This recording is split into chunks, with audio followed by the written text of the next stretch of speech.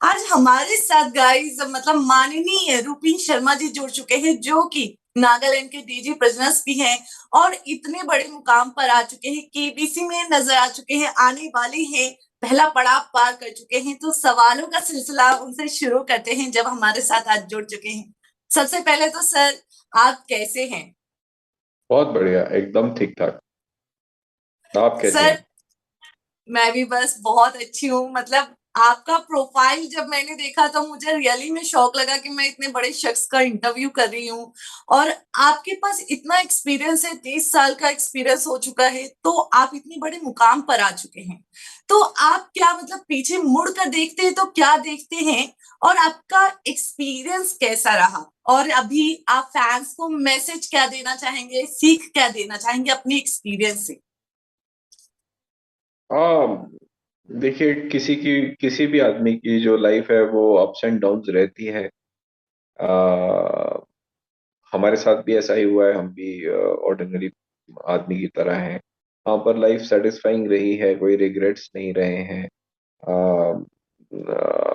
Health सबकी परिवार में अच्छी है, सब ठीक से सेटल्ड हैं, खुशी है।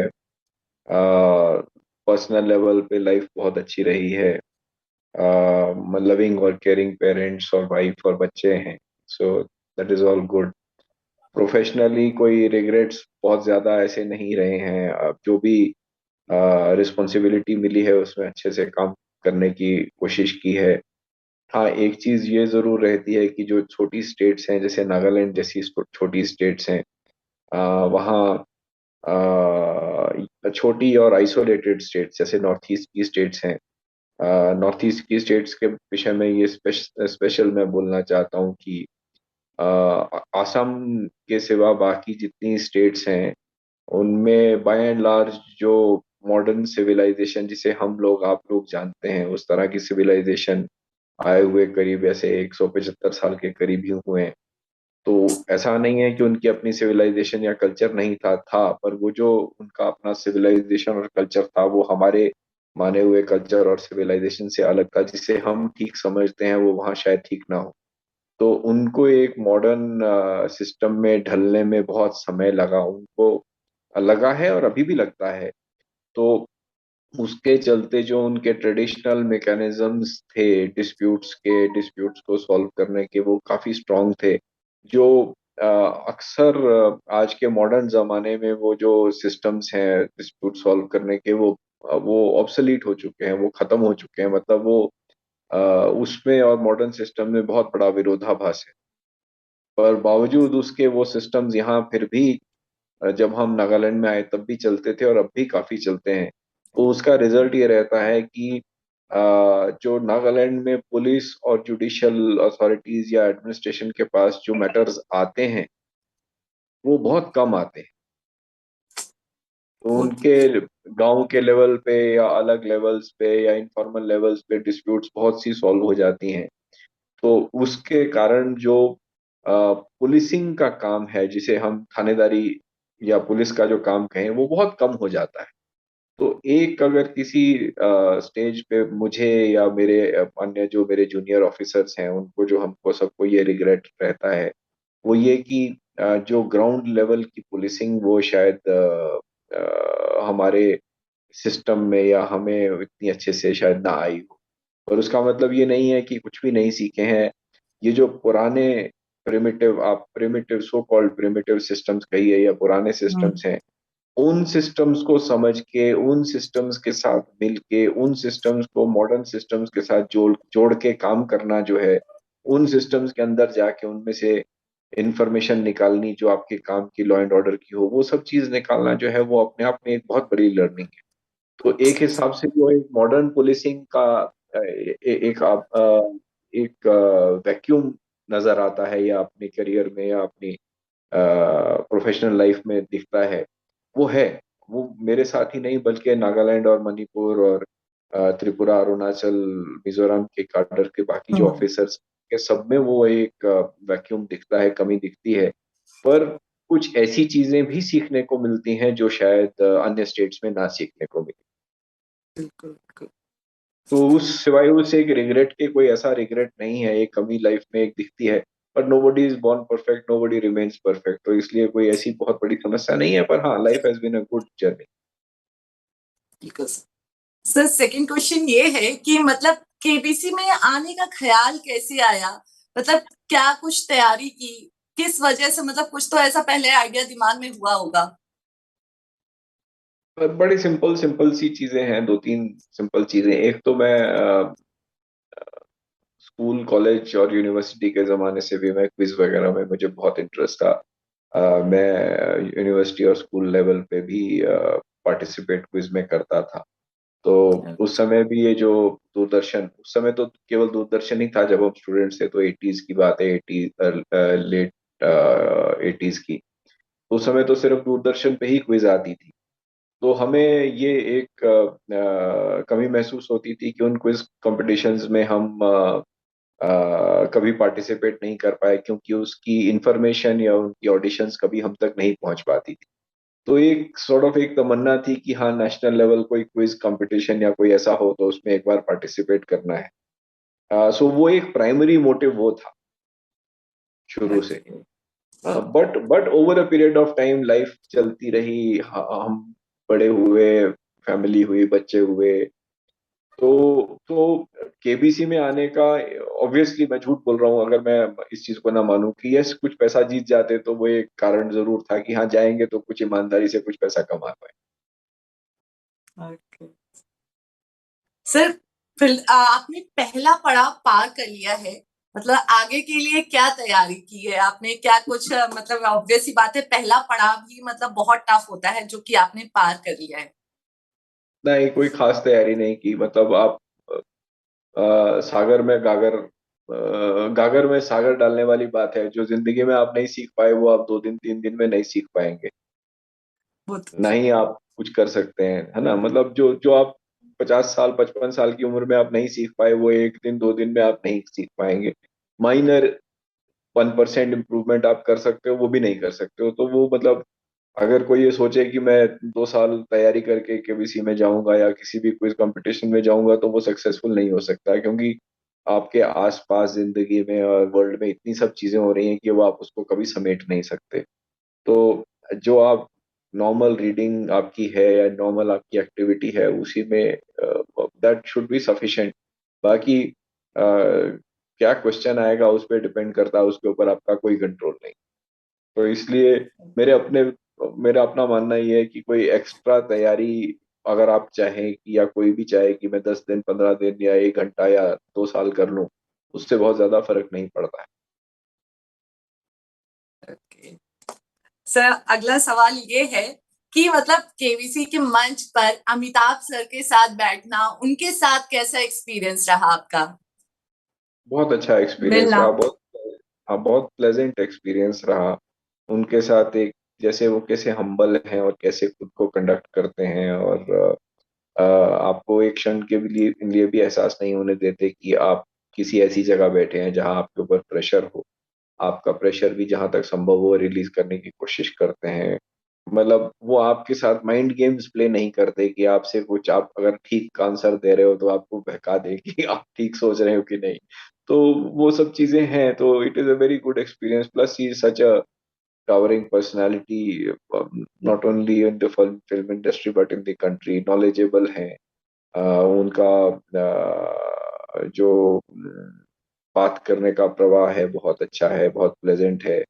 तो एक अलग तरह का एक्सपीरियंस उनके साथ रहने से मिला। और मतलब एक उनसे ही मिलकर ये चीज सीखने को मिली कि आदमी बड़ा तो हो सकता है, पर एक हम्बल भी रहना चाहिए। ओके एक उन्होंने ग्रेस और आपने इसका, सॉरी सर। ग्रेस और ह्यूमिलिटी चाहिए यार, वो आपको दूसरों के नजदीक ही लाती। बिल्कुल। ओके सर, अगला सवाल ये है कि सर आप स्कार्फ भी लेके गए थे, आपने नागा के स्पेशलिटी को स्कार्फ लेके गए, सर ने, बिग बी सर ने पहना भी, और पूरे एपिसोड में उन्होंने पहना रखा, मतलब उन्होंने भी मतलब ऐसा नहीं समझा कि ये छोटे शहर से या कुछ भी, उन्होंने पूरी रिस्पेक्ट दिखाई। तो उसमें आपको मतलब कैसा फील हुआ, कैसा एक्सपीरियंस लगा। बहुत अच्छा लगा। मतलब हमने थोड़ा सा उस पर ध्यान दिया था कि हम क्या लेकर जाएं। तो बहुत से ऑप्शंस मतलब लेकर जाएं, नॉर्मल ऐसा नहीं था कि कुछ लेकर जाएंगे, पर ये कि अगर कुछ उनको देने का मौका मिले तो क्या दिया जा सकता है जिससे अ, उनको भी अटपटा भी ना लगे, उनके लिए प्लेजेंट भी रहे, और ऐसी चीज हो कि अब जैसे मैं नागालैंड में सीनियर ऑफिसर हूँ, तो एक ये भी बहुत जरूरी था कि मैं एक मैसेज कन्वे कर पाता कि मैं अकेला नहीं हूँ, बल्कि मैं एक पूरी स्टेट की एक विशेष साथ लेकर आ रहा हूँ। तो हम सोच के चले थे कि कुछ ऐसी चीज लेकर जाएं कि जो it remains with him at least for 30 minutes, या कुछ समय, इफ नॉट फॉर लाइफ। तो बहुत सी मतलब और दो चार चीजें सोची थी, जो कुछ फाइनली यही सोचा कि स्कार्फ एक ऐसी चीज है कि अगर वो if he wears that scarf, तो उनको अटपटा भी नहीं लगेगा, it will be graceful and everybody from Nagaland will like it. In fact मैं आपको ये बता सकता हूँ कि एपिसोड एयर होने के बाद उस पर्टिकुलर स्कार्फ वाले थिंग चीज का बहुत बढ़िया और पॉजिटिव इम्पैक्ट नागालैंड में पड़ा है। बहुत बढ़िया और पॉजिटिव इम्पैक्ट। Okay sir. अगला सवाल सर ये है कि केबीसी में मतलब जब आप आए ऑन स्क्रीन, मतलब फैमिली का देखना और फैमिली का क्या रिएक्शन था जब उन्हें पता चला कि मतलब आप केबीसी में आ रहे हैं, ऑन स्क्रीन नजर आएंगे, क्विज कंपटीशन ऑन स्क्रीन जो आपको एक चाहिए था वो आपको मिला, तो इस पर फैमिली का क्या रिएक्शन था? फैमिली कितनी एक्साइटेड थी? देखिए, इनिशियली जब तक हम हॉट सीट पे नहीं पहुंचे थे, तब तक तो हमारे पेरेंट्स और सिस्टर के सिवा किसी को भी नहीं पता था। और हॉट सीट पे पहुंचने के बाद जब वापस आए, तो ऑब्वियसली कुछ लोगों को तो पता था कि हम हॉट सीट तक पहुंचे हैं। तो और हम नॉर्मली बड़े केयरफुल रहे कि जब तक ऑफिशियल प्रोमोज ना आए, तो तब तक हम किसी चीज की बात ना करें किसी से। एक बड़े क्लोज ग्रुप में ही जो चीज पता थी, पर जब ऑफिशियल प्रोमोज आने लगे हम्म। कि हम हॉट सीट पे हैं और केबीसी में गए हैं, तो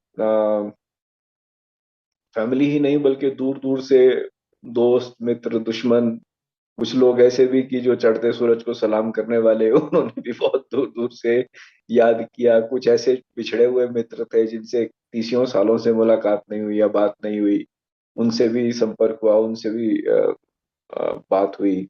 कुछ ऐसे भी थे, कुछ ऐसे भी हैं कि जो जानते हैं कि अच्छी बात है, पर वो एक्सप्रेस नहीं करना चाहते। तो अलग अलग तरह के रिएक्शंस थे। फैमिली में तो बहुत अच्छा, सभी को नेचुरली अच्छा लगा। और मतलब ठीक है, मतलब केबीसी में जाना इम्पोर्टेंट है, अमिताभ जी के पास जाना, के साथ बैठ के बात कर पाना, ये बहुत इम्पोर्टेंट है। पैसा आई थिंक इम्पोर्टेंट है, पर इतना इम्पोर्टेंट नहीं है मेरे स्टेज पे। बट एक फीलिंग ऑफ क्या कहते हैं, जुबिलिएशन या प्राइड, जो पूरी फैमिली में होता है कि हमारे परिवार का एक आदमी हाँ। नेशनल टीवी पे दिखेगा। और मतलब इनिशियली प्रोमोज में तो सिर्फ लोगों को यही था कि टीवी पे दिखेगा। जब थोड़े से प्रोमोज बढ़ने लगे और कल जो डिटेल इंटरेक्शन लोगों ने रात में देखा है, तब हाँ। जो क्वालिटी ऑफ इंटरेक्शन और टाइम जो अमिताभ जी के साथ मिला, उससे लोगों को और भी ज्यादा खुशी। ओके सर, अभी मतलब आप एक पड़ाव पार कर चुके हैं, अभी आपके पास मौके है एक अच्छी खासी धनराशि को इकट्ठा करने के लिए। अगर आप वो अच्छी खासी धनराशि इकट्ठा कर लेते हैं तो क्या करेंगे उन पैसों से? सिर्फ अपने परिवार के लिए यूज करूंगा, no charity, nothing. Okay sir. Sir आखिरी सवाल ये है कि मतलब आप किताब भी लिखते हैं, उसका जहां तक उसका मैंने देखिए, थोड़ा। हाँ, उसका कारण है कि चैरिटी और ये सब चीज के लिए नहीं। मतलब जो मैंने आज किसी और से भी बात की, किसी फ्रेंड से, तो उनको भी यही कहा कि मैंने नॉर्मल प्रोसेस फॉलो की है जो केबीसी में जाने की, एज एन ऑर्डिनरी पार्टिसिपेंट। तो मेहनत की कमाई है। अगर केबीसी मुझे अगर चैरिटी शो के लिए अगर सेलिब्रिटी बुलाती है, तो मैं चैरिटी के लिए यूज करूँ।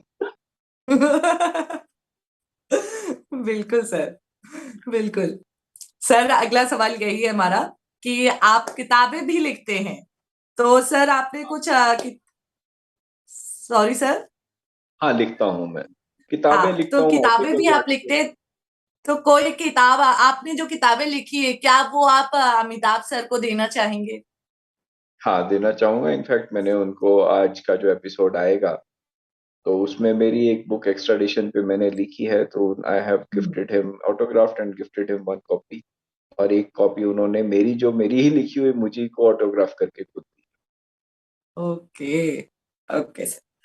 सर, अब आखिरी सवाल कि जाते जाते आप इतने मतलब इतने एक्सपीरियंस्ड हैं, इतने बड़े लेवल पर हैं आप, तो मतलब मैं आपसे जितनी भी बातें करूं कम है, क्योंकि ये मेरे लिए भी है कि कहीं ना कहीं एक अच्छा एक्सपीरियंस रहा है आपसे बात करना। वही फैंस को आप क्या मैसेज देना चाहेंगे, क्या सीख देना चाहेंगे आपने अपनी अभी तक की जर्नी के हिसाब से? केबीसी की जर्नी या लाइफ की जर्नी? दोनों जर्नी सर, क्योंकि सीखने तो हम सबको मिलेगा ना। देखिए, केबीसी की जर्नी तो एक लक है, एक किस्मत है। जो आपके भाग्य में लिखा है, जितना लिखा है, समय से पहले नहीं मिलेगा, समय से ज्यादा नहीं मिलेगा। आप मेहनत कीजिए, आपके हाथ में सिर्फ जो आंसर करना है, चाहे सोनी लिव ऐप से कीजिए, चाहे एसएमएस कीजिए, सिर्फ वहां मात्र तक आपके हाथ में है। उसके उसके बियॉन्ड आपके हाथ में कुछ नहीं है। ठीक है। सो मतलब इसमें कोई रिग्रेट करने की बात नहीं है कि मेरा हुआ या नहीं हुआ। So just that is in your hands, just do that. If anyone wants to do it. आप एसएमएस करते रहिए, सोनी लिव से करते रहिए। That is regarding the KBC. बाकी जो लाइफ की जर्नी, वो ये है कि आई थिंक मेरी लाइफ की सबसे बड़ी लर्निंग ये है कि मैं बड़ी डाइवर्स कम्युनिटीज और डाइवर्स लोगों के साथ रहा हूँ, चाहे रिलीजन बेस्ड, चाहे एथनिकली बेस्ड, चाहे डिपार्टमेंट में, एक डिपार्टमेंट में, दूसरे में, किसी जगह रहा हूँ। हिमाचल में, नागालैंड में, दुनिया भर में बहुत जगह रहा हूँ। तो एक इतनी डाइवर्स लोगों से हम इंटरेक्ट करते हैं, चाहे ज्योग्राफिकल एरिया में, चाहे सोशल स्ट्रेटा में, गरीब से लेकर सीनियर तक। तो वो जिंदगी में बहुत कुछ उसमें सीखने को मिलता है। तो एक कोशिश ये की जाए, हर आदमी ये कोशिश करे कि दूसरे से मिलके कुछ सीखे, दूसरे को कुछ दे सके, तो आपका, हमारा, सबका जो मन है, हमारा जो एक माइंड सेट है, वो खुलता है, ब्रॉडर माइंड सेट होता है। दूसरे को शेयर करने की आदत आती है, और दूसरे से सीखने की आदत आती है, दूसरे को एक्सेप्ट करने की बनती है। एक्सेप्ट मेरी हिसाब से नहीं, वो जैसा आदमी, जो व्यक्ति जैसा है, वैसा उसको हमें एक्सेप्ट करना आना चाहिए। तो गाइस, आपको मतलब रुपेन शर्मा जी ने मैसेज भी दिया है, और वाकई में उन्होंने अपनी जिंदगी का एक अच्छा एक्सपीरियंस शेयर किया है। तो आप ये इंटरव्यू देखिए, और जो व्यू है ये रुपेन शर्मा जी के लिए, वो हमारे कमेंट बॉक्स में जरूर बताएं। हम उम्मीद करेंगे सर कि आगे भी हम आपके साथ इंटरव्यू करें, और जो फैंस के सवाल है वो आपसे पूछते हुए नजर आए। My pleasure, my pleasure. Thank you very much. Okay sir. Thank नमस्ते यू। सर। नमस्ते। नमस्कार।